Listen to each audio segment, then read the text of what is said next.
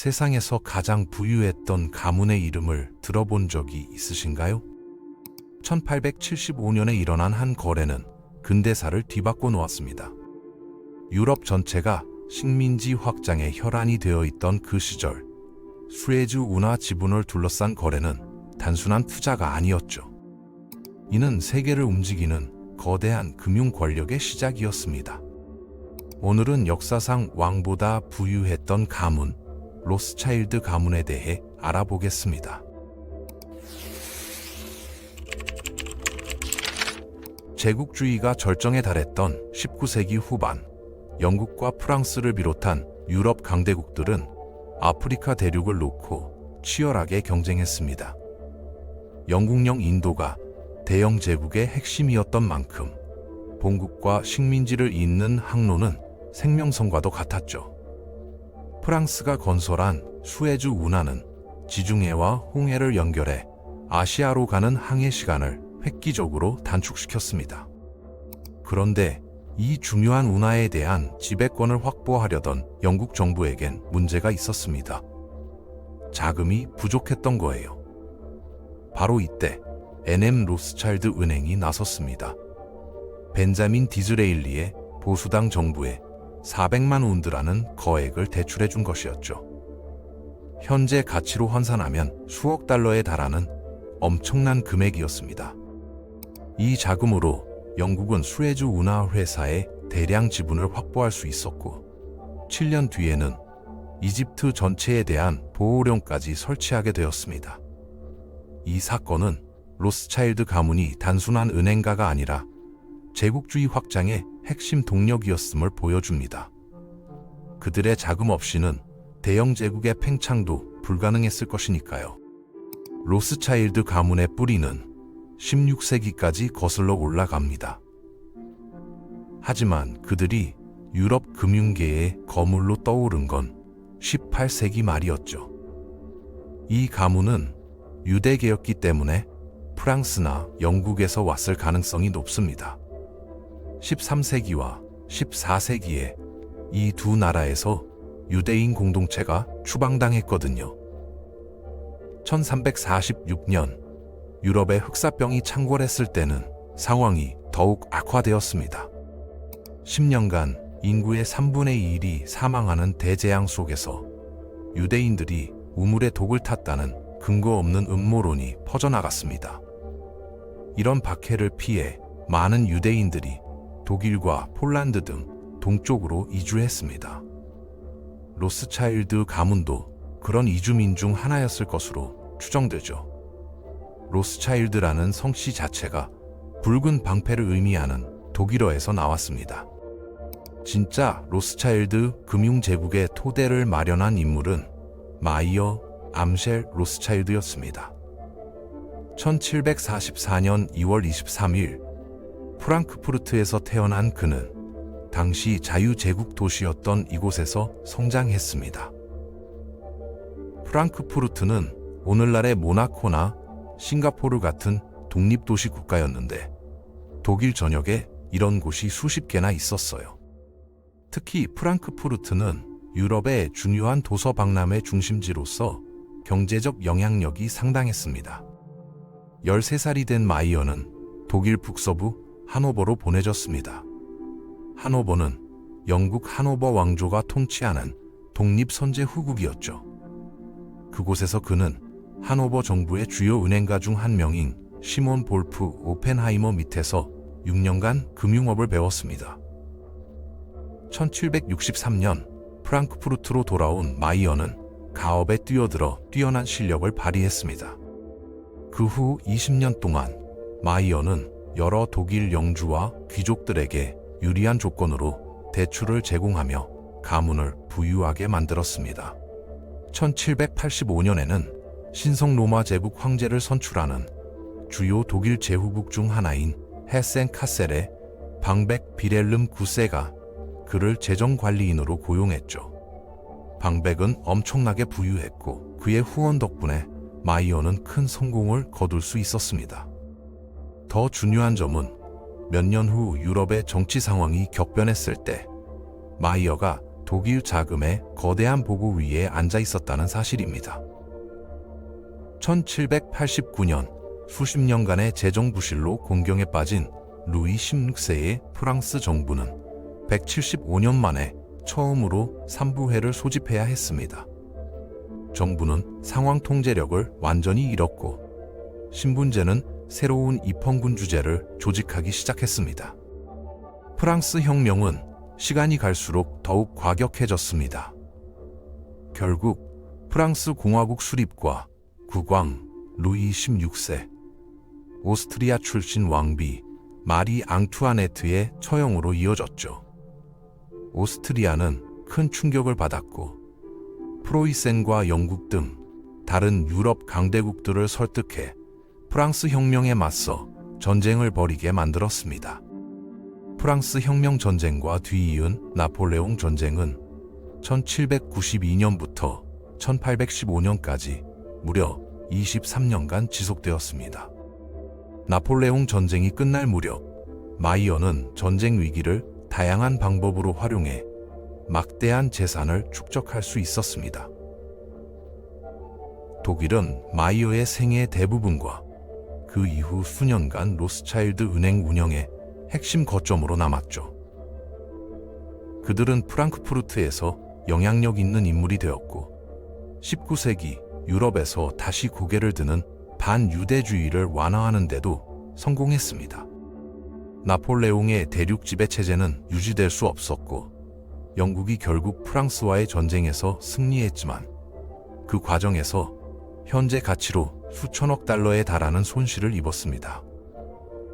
대규모 함대를 바다에 유지하고 5년 넘게 포르투갈과 스페인에서 치열한 전쟁을 벌이고 저지대 국가에 대한 실패한 원정을 시작하는 등 모든 것에 돈이 필요했거든요. 바로 이때 로스차일드 가문이 개입했죠. 나폴레옹이 1812년 여름 러시아 침공이라는 치명적인 결정을 내렸을 때 말이에요. 처음에는 눈부신 성공을 거두며 가을 중순까지 모스크바를 점령했지만 러시아군은 그와 교전하거나 항복하기를 거부했습니다. 러시아의 겨울이 찾아오자 나폴레옹은 폴란드와 리투아니아로 후퇴했고 이 과정에서 그의 군대는 완전히 괴멸되었습니다. 프랑스를 무너뜨리기 위한 새로운 유럽 연합이 결성되는 이 중요한 시기에 마이어의 아들들은 유럽 각지 수도로 흩어져 영국과 다른 정부들에게 수백만 파운드의 대출을 제공하기 시작했습니다. 현재 가치로 수십억 달러에 해당하는 금액이었죠. 1815년 전쟁이 끝난 후 이런 일들로 로스차일드 가문에 대한 엄청난 호감이 생겼을 뿐 아니라 로스차일드 가문은 군사 동향에 대한 고급 정보를 가지고 이를 이용해 채권을 매도하거나 구매했습니다. 1815년 나폴레옹 전쟁이 끝났을 때 마이어 로스차일드는 이미 세상을 떠난 후였습니다. 그는 1812년에 세상을 떠났거든요. 나폴레옹과 그랑 아르메가 모스크바를 침공한다는 소식이 프랑크푸르트에 전해지던 바로 그때였습니다. 따라서 전쟁이 끝나고 그 여파가 계속되는 동안 사업은 그의 아들들 손에 맡겨졌습니다. 나폴레옹 전쟁이 최종 단계에 접어들자 다섯 아들은 사업을 분할해 유럽 전역에 새로운 지점을 설립했습니다. 흔히 5개의 화살이라고 불리는 이 계획은 프랑크푸르트의 핵심 지점을 유지하면서 파리, 런던, 빈, 나폴리에 4개의 새로운 지점을 설립하는 것이었습니다. 장남 암센 로스차일드는 프랑크푸르트에 남아 그곳의 핵심 사업을 운영했습니다. 셋째 아들 레이서는 런던으로 가서 19세기 세계 초강대국으로서의 위상을 완전히 드러내고 있던 이 나라의 수도에 지점을 설립했죠. 칼은 나폴리로, 5 형제 중 막내인 제임스 마이어 로스차일드는 파리로 보내졌습니다. 그들은 각자 다양한 능력을 가진 사람들이었습니다. 처음에 엄청난 수익을 올린 것은 국채시장 조작이었습니다. 런던 지점은 훨씬 더 중요했습니다. 영국은 이미 18세기에 세계 최강국으로 자리매김하기 시작했거든요. 영국 동인도 회사는 인도를 정복했고 최초의 죄수 식민지는 1780년대 후반에 호주에 건설되었습니다. 싱가포르는 1819년에 건국되었고 홍콩은 1840년대 초에 중국으로부터 빼앗겼으며 뉴질랜드에도 같은 시기에 정착민들이 들어왔습니다. 이로 인해 영국 정부는 부유해졌습니다. 하지만 19세기에도 정부는 돈을 빌려주는 사람들이 허락하는 만큼만 할 수 있었죠.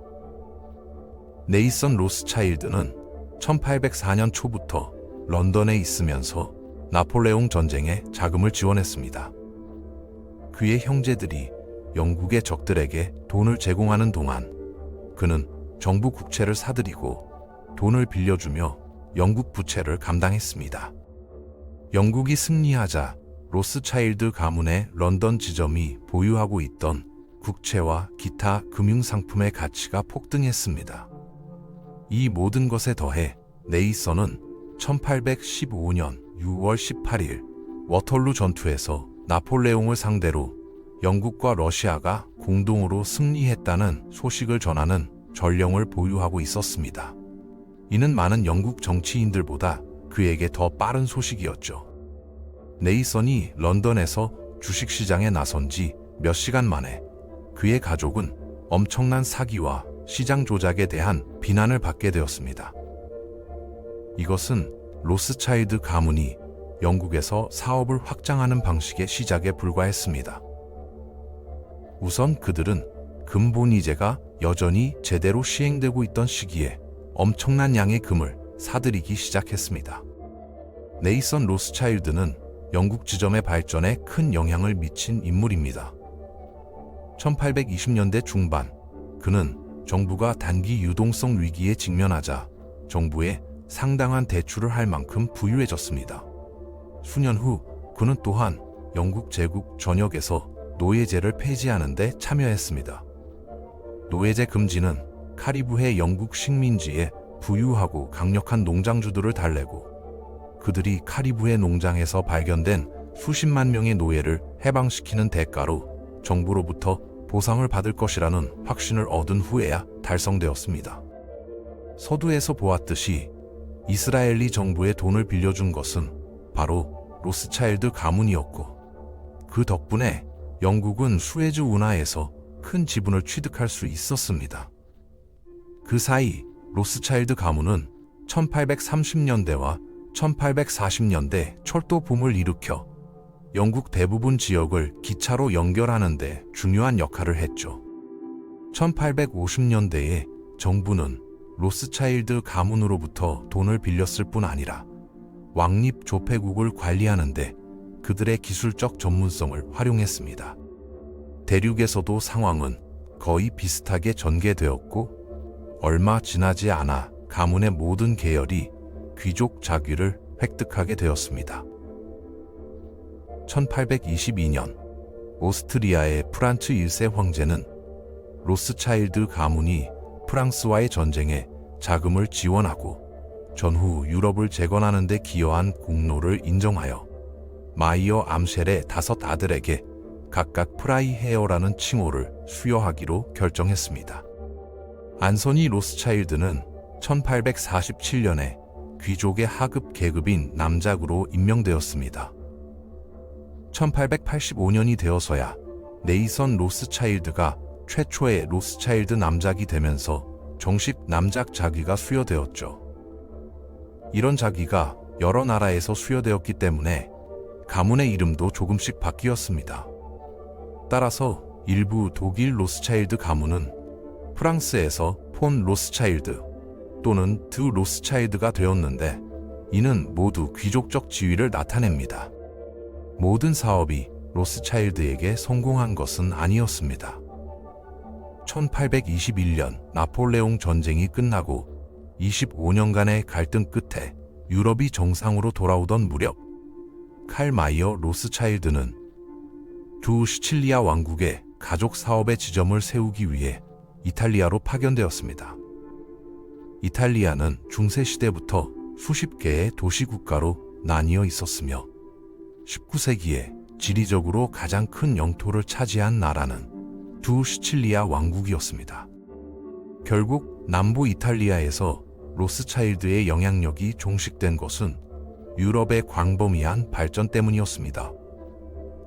1859년 제2차 이탈리아 독립전쟁이 일어나자 곧바로 주세페 가리발디가 1000명의 병력을 이끌고 시칠리아로 원정을 떠났습니다. 1860년 내내에 일어난 기적적인 전투에서 그는 두 시칠리아 왕국을 정복했고 이탈리아는 사르데냐의 비토리오 에마누엘레 2세 국왕의 통치 아래 광범위하게 통일되었습니다. 오스트리아와의 연루로 오염된 로스차일드 가문은 그 후로 이탈리아에서 금융가로서 강력한 입지를 유지하는 데 어려움을 겪었습니다. 나폴리 사업의 쇠퇴는 그 가족이 다른 곳에서 번영하고 영향을 미친 방식에 비하면 사소한 타격이었죠. 예를 들어 그들은 브라질이 독립국가로 부상하는 데 중요한 역할을 했습니다. 1807년 나폴레옹이 포르투갈을 점령하자 포르투갈 왕실은 브라질로 도피하여 수년간 망명 생활을 했죠. 나폴레옹 전쟁 이후 스페인 식민제국 전역에서 독립운동이 일어났고 칠레, 멕시코, 아르헨티나, 페루 등의 나라가 독립을 쟁취했습니다. 브라질인들도 그렇게 하기를 원했지만 좀 더 평화로운 방식으로 하기를 원했죠. 이 나라는 1822년에 독립했습니다. 네이선 로스차일드는 상당한 규모의 대출을 제공했는데 이는 브라질의 재정 균형을 맞추는 데 도움이 되었고 또한 새로 탄생한 브라질 국가가 포르투갈이 식민지를 잃은 데 대한 보상으로 많은 금액을 지불할 수 있게 해주었습니다. 포르투갈은 브라질의 독립을 인정했고 전쟁은 피했죠. 그 후 로스차일드 가문은 브라질에서 지분을 획득했습니다. 로스차일드 가문의 부와 권력이 19세기 동안 일어난 사건들에 어떤 영향을 미쳤는지 보여주는 사례는 수없이 많습니다. 대표적인 사례가 크림 전쟁입니다. 이 전쟁은 1853년 10월에서 1856년 3월까지 러시아 제국과 오스만 투르크, 영국, 프랑스, 사르데냐 왕국의 연합군 사이에서 벌어졌습니다. 결국 영국과 프랑스는 러시아의 추가 확장을 막기 위해 터키와 힘을 합쳐 이 전쟁에 참여했습니다. 로스차일드 가문은 기꺼이 그렇게 했습니다. 이런 현상의 일부는 러시아의 반유대주의 정책이 확대된 데 따른 것이었죠. 러시아 제국 내에서 유대인이 정착하는 것이 사실상 금지된 북쪽으로는 현재의 라트비아에서 남동쪽으로는 우크라이나까지 이어지는 경계선으로 정착지가 설정되었습니다. 이 특별한 사례에서 라이온의 로스차일드는 광범위한 이념적 이유로 대출을 했고 결코 전액 상환받지 못했습니다. 그들은 러시아 제국의 반유대주의가 확산되는 것에 반대했는데 이는 우연히도 그 후 수십 년에 걸쳐 수십만 명의 러시아 유대인이 러시아 제국을 떠나는 결과를 낳았습니다. 이것은 로스차일드 가문이 그들의 부를 진정으로 명예로운 목적으로 사용한 유일한 사례가 아니었죠. 1840년대 중반, 새로운 균류가 최초의 증기선에 실려 유럽에 도착했습니다. 이는 감자를 저렴한 주요 작물로 지나치게 의존하게 된 폴란드와 아일랜드 같은 일부 지역에 참으로 끔찍한 영향을 미쳤습니다. 아일랜드에서 대기근으로 알려진 이 사건으로 100만 명이 넘는 사람들이 목숨을 잃었고 수많은 사람들이 아일랜드를 떠나는 이주 사태가 벌어졌습니다. 로스차일드 가문은 1846년에서 1848년 사이 대기근이 가장 심했던 시기에 가난한 사람들에게 구호품을 제공하기 위해 설립된 영국 구호협회의 주요 자금 조달자가 되었습니다. 감자역병이 스코틀랜드를 강타하자 하이랜드 개간으로 인해 이미 진행 중이던 경제 상황이 더욱 악화되었습니다. 라이오네 드 로스차일드는 다시 한번 자신의 양심에 따라 돈을 투자하여 하이랜드 아일랜드 이민협회에 광범위한 재정 지원을 제공했습니다. 이 협회는 고지대와 아우터 헤브리디스의 스코틀랜드인이 모국에서 누리고 있는 삶보다 더 나은 삶을 찾아 아메리카, 호주 또는 뉴질랜드로 이주하고자 할 때 재정 지원을 제공했죠. 로스차일드 가문은 단순한 은행가가 아니었습니다. 그들의 부가 늘어나면서 그들은 다양한 산업에 뛰어들었습니다. 와인 거래는 좋은 예입니다. 나다니엘 로스차일드는 1853년부터 프랑스에서 다양한 와인 브랜드를 인수했습니다. 곧 로스차일드 가문의 다른 구성원들도 관심을 갖게 되었고 1860년대 말에는 샤토 무통과 샤토 라피트를 필두로 로스차일드 가문은 프랑스 와인 산업에서 상당한 지위를 차지하게 되었습니다. 1880년대에 이르러서야 미국산 포도나무 대목을 유럽산 포도나무에 접붙이는 방법으로 필록세라에 대한 면역력을 확보하는 해결책이 발견되었습니다. 1860년대와 1870년대에 와인 무역이 붕괴되면서 많은 프랑스 와인 제조업체가 모든 것을 잃었죠. 로스차일드 가문이 살아남았을 뿐 아니라 그들의 존재감을 확대했다는 것은 그들의 부를 상징합니다. 19세기에 로스차일드 가문은 유럽의 기항지였습니다. 1860년대 중반에 오스트리아 정부는 재정적으로 큰 어려움을 겪었습니다. 1848년 유럽을 강타한 일련의 반란 이후 헝가리는 오스트리아로부터 독립을 거의 달성했습니다. 빈 정부는 1849년부터 헝가리를 군사 점령하에 두는 것으로 대응했죠. 여기에 북부 이탈리아에서의 전쟁 비용과 결국 오스트프아 프로이센 전쟁 비용이 더해지면서 오스트리아 정부는 일상 지출을 감당할 능력이 전혀 없게 되었습니다. 이는 로스차일드 가문이 유럽 금융뿐 아니라 당시 유럽 대륙의 정치에 얼마나 중심적인 역할을 했는지를 보여주는 신호입니다. 몇 년 후 로스차일드 가문은 파리 재건에도 참여했습니다. 1860년대에 덴마크와 오스트리아에 대한 연이은 전쟁을 치른 후 프로이센은 1870년에 프랑스와 전쟁을 벌여 오스트리아를 제외한 대부분의 독일 국가를 새로운 독일 제국으로 통일하는 데 성공했습니다. 그러나 19세기 후반에 이 가문이 새롭게 시작한 사업 중 가장 중요한 것은 남아프리카의 다이아몬드 채굴 산업에 참여한 것입니다. 케이프 주변의 영국 식민지와 보어 식민지, 그리고 다양한 토착 줄로 왕국은 19세기 중반까지 수십 년간 서로 갈등을 겪었습니다. 정말 중요한 변화는 킴벌리 지역에서 거대한 다이아몬드와 금광이 발견되었을 때였죠. 세실 로즈는 그 후 대륙 남부에 대한 영국의 식민지 전략 발전과 가장 밀접한 관련이 있습니다. 하지만 로스차일드 가문은 실제로 데비어스 광산 회사의 가장 큰 투자자였습니다. 1880년대 후반부터 1890년대까지 이 회사는 세계에서 가장 중요한 회사 중 하나였죠. 세계 다이아몬드 무역을 장악하고 금 무역과 남아프리카 연방의 발전에 큰 역할을 한 나라 중 하나입니다. 19세기 후반 이 무렵 유럽에서는 반유대주의가 크게 부활했는데 이는 당시의 과학적 인종주의가 커지면서 더욱 촉발되었습니다. 이 과학적 인종주의는 게르만족과 북유럽계 백인 유럽인이 본질적으로 다른 인종보다 우월하다고 주장했죠. 다른 분야에서는 유대인들이 부와 권력을 이용해 유럽과 세계를 은밀히 지배하려 한다는 음모론에 초점을 맞췄습니다. 이런 상황이 심화되면서 수세기 동안 바빌로니아인, 셀레우코스 왕조, 로마인, 아랍인의 박해로 인해 유대인들이 쫓겨났던 레반트에 유대인의 고향을 건설한다는 아이디어가 등장했습니다.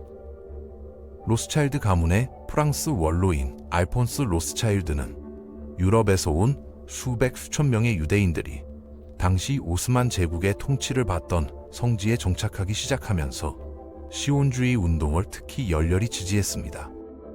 로스차일드의 또 다른 가족 구성원인 제임스 야코프 드 로스차일드는 나중에 이스라엘이 되는 최초의 주요 시온주의 정착지 중 하나인 리슈르지온을 건설하는데 자금을 지원했습니다. 리슈르지온은 현재 텔아비브의 남쪽 교회입니다. 로스차일드 가문 대부분은 성지로 이주하지 않았지만 그들은 자신의 재산을 사용하여 오스만 정부나 지역 아랍인, 팔레스타인 지주로부터 땅을 사들여 새로운 유대인 정착민이 살 수 있도록 했습니다. 로스차일드 가문의 황금기는 마이어 암쉘이 18세기 후반에 가문의 수장이던 시절과 그 후 두 세대에 걸쳐 찾아왔습니다. 그러나 19세기의 마지막 4분의 1은 전례 없는 수준의 어려움을 가져왔습니다. 예를 들어 이 가문의 프랑스 지부는 1873년에서 1879년 사이에 세계 경제를 강타한 소위 장기불황으로 인해 많은 돈을 잃었습니다. 1933년 초 독일에서 나치가 집권하면서 150년 이상 가족이 쌓아온 모든 것이 위험에 처했습니다. 그들은 유대인이 세계 금융과 비밀 정치 활동에 개입한 것과 관련된 나치 선전에 특별한 초점이 되었죠. 그 가족은 전쟁으로 인해 고통을 겪었습니다. 많은 회원들은 이미 런던에 거주하고 있었고 그곳에서는 비교적 안전했습니다.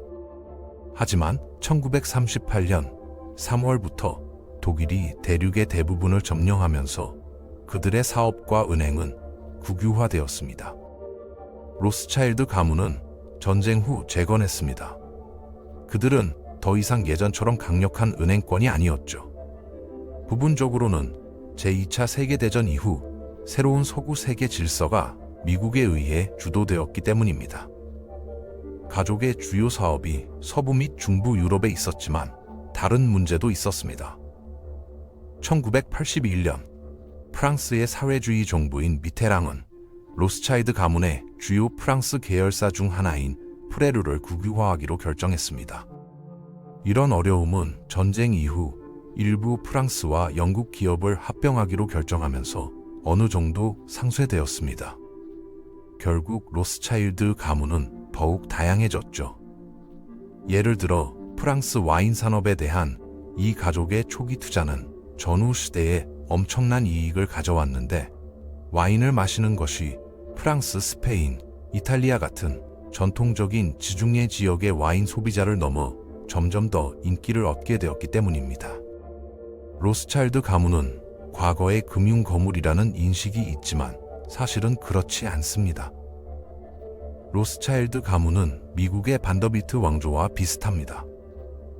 19세기 중반 코넬리우스 반더비트는 그의 부가 반더비트 가문의 여러 세대에 걸쳐 널리 분산되기 전까지 아마도 세계에서 가장 부유한 사람이었을 것입니다. 로스차일드 가문에도 똑같은 것이 적용됩니다. 오늘날 가족 중에 수천억 달러를 보유한 사람은 단 한 명도 없습니다. 하지만 가족 구성원들은 여전히 막대한 자금과 데비오스, 리오팅토 같은 광산 사업체부터 다른 여러 회사에 이르기까지 상당한 지분을 보유하고 있죠. 오늘날 로스차일드 가문의 다양한 분파를 합산하면 그들이 축적한 부는 추측과 음모론의 대상이 되고 있습니다. 로스차일드 은행 가문은 현대 세계 역사상 가장 중요한 은행 및 금융 가문 중 하나입니다.